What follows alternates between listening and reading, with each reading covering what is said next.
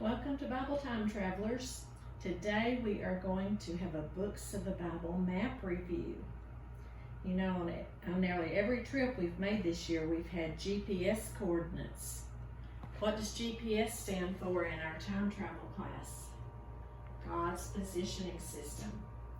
We look at the GPS coordinates that show us where we are in the Bible lands on each trip.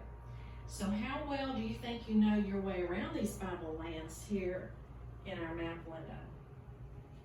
I hope you've learned your way around pretty good. For our review today, we're going to let you label where every book of the Bible took place on the map. Except you're not here, so I'm going to have to label them for you. Most of the Bible books are clear on where their events on their pages took place. But there's some locations that are not known for sure. But we're going to label each one where Bible scholars believe they most likely occurred. So now let's look at our window up here, and you'll see that this is a map. It's a copy of our map window. So many of the books took place in Canaan, so we've enlarged it here so we can put several books here, but this is just an enlargement of the little Canaan over there so that we can fit more titles onto it. If you were here, I would have each one of you come up one at a time and place the labels as I read the story that walks us through the 39 books of the Old Testament. But you're not here, so I'm going to have to do it for you. So you'll have to be patient as I look for these and try to do it and keep up with the lesson at the same time. We're going to begin by finding the first book of the Bible, Genesis. We're going to find a location for Genesis, and we're going to find that there are actually 3 locations for the book of Genesis. So the first one would be when God created the earth. Where did he place the first man and woman? Where was it that he placed them? Yes, he placed them in the Garden of Eden. So let's put a Genesis label right over here about where they think Eden was, between those 2 rivers. Okay, after many years, you remember mankind grew very evil, and all the people except for one man and his family were evil. There was only one righteous family, and whose family was that? It was Noah's, wasn't it? Well, then the next major event on the Bible timeline then is the flood. And after the flood, we're not sure where Noah and his family lived when the flood began, but we know that after the flood, they settled in the plains of Shinar. It was in this area that Abraham lived when God called him to pack up and move to a land that he would give him and his descendants. So Abraham obeyed God and traveled where God led him. And where did God lead him to? He led him to the promised land of Canaan. So we're going to put one right here for Genesis. That's where Abraham went when God led him there and gave him that. Abraham and Sarah's family grew up as God had promised, and after the generations of their family through Isaac, Jacob, and Joseph, the family ended up in Egypt. How did they end up in Egypt? Yes, there was a famine in Canaan as well as Egypt. So Egypt is where our 3rd Genesis labels goes, and at the end of the book of Genesis, Joseph dies. So let's put one here in Egypt. Okay, so now we're ready for Exodus. The book of Exodus begins right here in Egypt because they're still there, aren't they? They're still there. The book tells us that after 400 years, the Israelites had grown to a great number of people, and there was a Pharaoh serving as the king, and he didn't remember Joseph. He feared the Israelites were going to take over, so he made slaves out of them. The Israelites cried out to God because of their horrible bondage, and God heard their cry and sent Moses, who had left Egypt as a young man, back to Egypt to deliver them. Moses led the Israelites through the wilderness to a place called Mount Sinai. And that's where our second Exodus goes. Mount Sinai. They camped at Mount Sinai for about a year. And while they were there, God called Moses up to the mountain and gave him a written law for the Israelites. And that law is recorded in the book of Exodus. In that law, God commanded Moses to set up a priesthood and worship laws. So our Leviticus label is going to go there at Sinai as well. That's where he taught them and gave the laws about the priesthood. When the Israelites left Mount Sinai, they traveled north towards Canaan. And it was on that route that we will find events from the book of Numbers. So we're going to place Numbers right up in here somewhere. On their way to Canaan from Sinai. After a couple of years, the Israelites were at the border of Canaan. But because of their unbelief and their disobedience, God did not let them conquer at that time. They had to wander in the wilderness for 40 years. As they got to the plains of Moab, near the border of Canaan, Moses wrote a book that included a second copy of the law given on Mount Sinai, and then he died. And what was that last book that he wrote? It was Deuteronomy. So let's put Deuteronomy right here near the plains of Moab, close to the borders of Canaan. Who was the new leader of the Israelites after Moses died? Who helped them conquer and fought the Battle of Jericho? Joshua. He led Israel into the promised land where they, commanded by God, conquered many of the people living there. And why was it God wanted them to conquer these people? They were idol worshipers and evil people. So we're going to place Joshua here. Joshua. We're going to place him here because he led them into the promised land. As long as Joshua lived, the people did as they were commanded. But after Joshua died, they were influenced by these idol-worshiping people that they had not conquered, and they turned to idols. God sent judges, or deliverers, to rule Israel, and they ruled Israel for about 300 years. So we're going to place judges over here on this. Let me see where I want judges. I'm going to put it right here. They were in Canaan. Judges of Canaan. Okay. During the time of the judges, we find the story of Ruth and Naomi.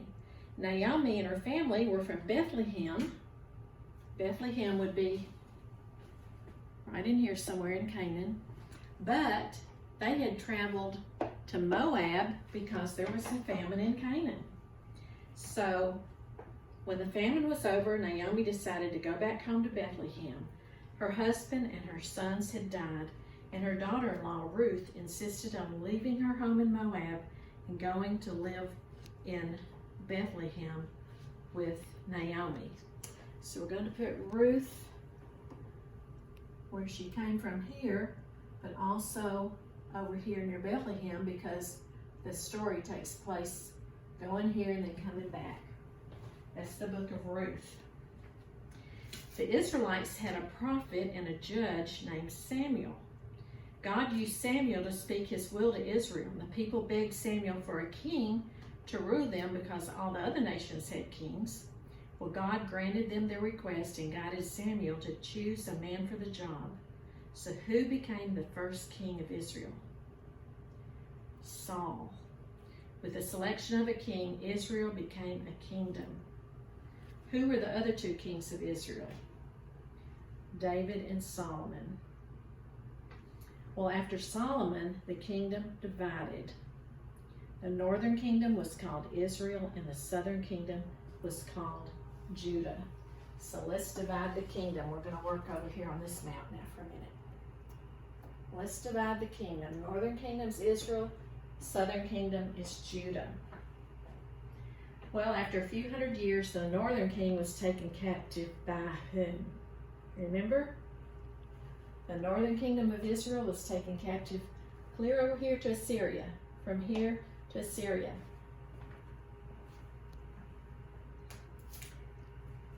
And then, after a few other 100 years, the southern kingdom was destroyed, including the city of Jerusalem and God's holy temple. And many of the Israelites were taken captive to where?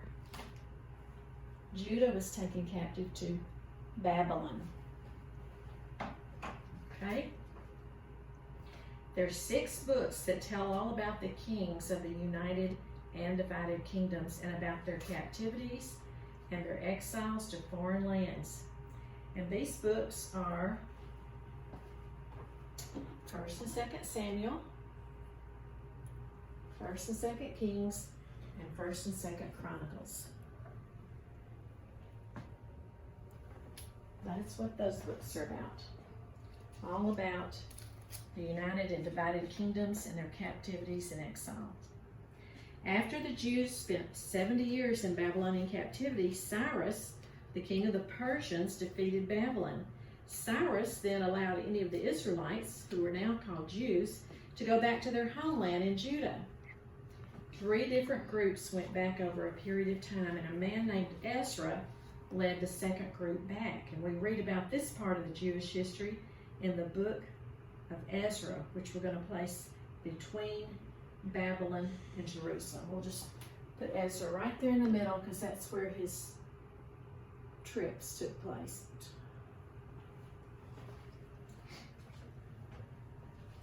Nehemiah worked for the Persian king and was granted permission to go back to Judah to rebuild the walls of Jerusalem. So we're going to put Nehemiah right under Ezra as he travels back to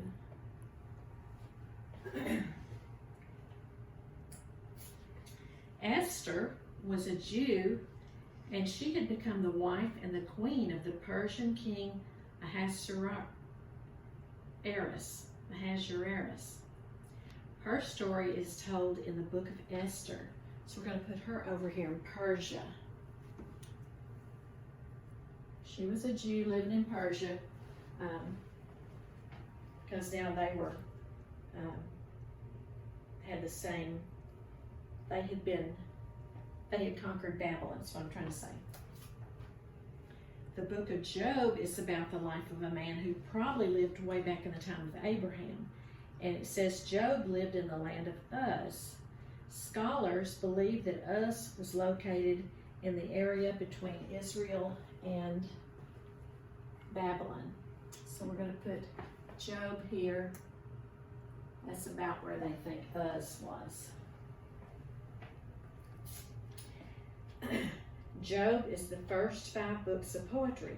Well, the next 4 books of poetry pretty much are written by Kings David and Solomon. So we're going to place all of them near Jerusalem where they reigned as kings. Psalms, Proverbs, Ecclesiastes, and Song of Solomon. They were all near Jerusalem because they were kings. The remaining Old Testament books are written by men called prophets. They were spokesmen for God. They prophesied during the time of the divided kingdom, trying to get Israel and Judah to obey God so they would not be conquered by their enemies. And you may remember the prophet charts that we filled in when we were visiting these books. We each had a prophet chart. Well, instead of going in order that these books appear in the Bible, we're going to first of all place the names of the prophets who prophesied during the divided kingdom before the exile. So we're going to put Hosea and Amos up here because they prophesied to Israel during the time before they were captured by Assyria. We're going to put Obadiah at Edom because you remember the theme for Obadiah is God punishes Edom. And then we're going to put Jonah and Nahum by Assyria because they prophesied to Nineveh, which was the capital of Assyria. So let's put them up here with Assyria. Jonah prophesied to them and they repented, but many years later they were evil again, and Nahum's theme was Nineveh, the downfall of Nineveh. Okay, the prophets to Judah before the exile to Babylon were Isaiah, Jeremiah, Lamentations, Joel, Micah, Habakkuk, Zephaniah. So we're going to place all of them near Judah. Put all these near Judah. Isaiah and Jeremiah, Lamentation, Joel and Micah, Habakkuk and Zephaniah.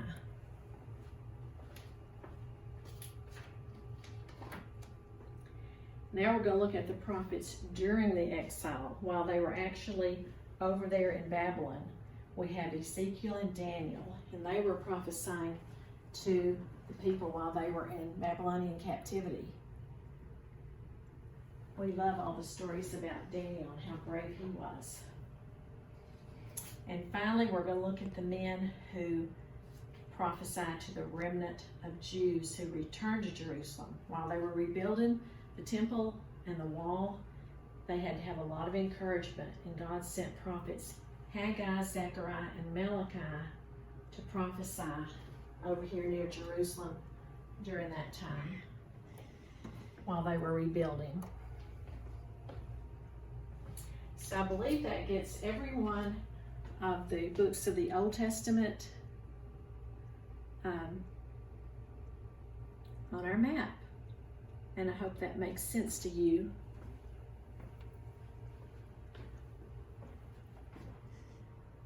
I'm going to close out this part of the lesson, and I'm going to clean off the board, and so you will have to go to the next lesson, part 2 of Trip 97, to see the New Testament on the New Testament map.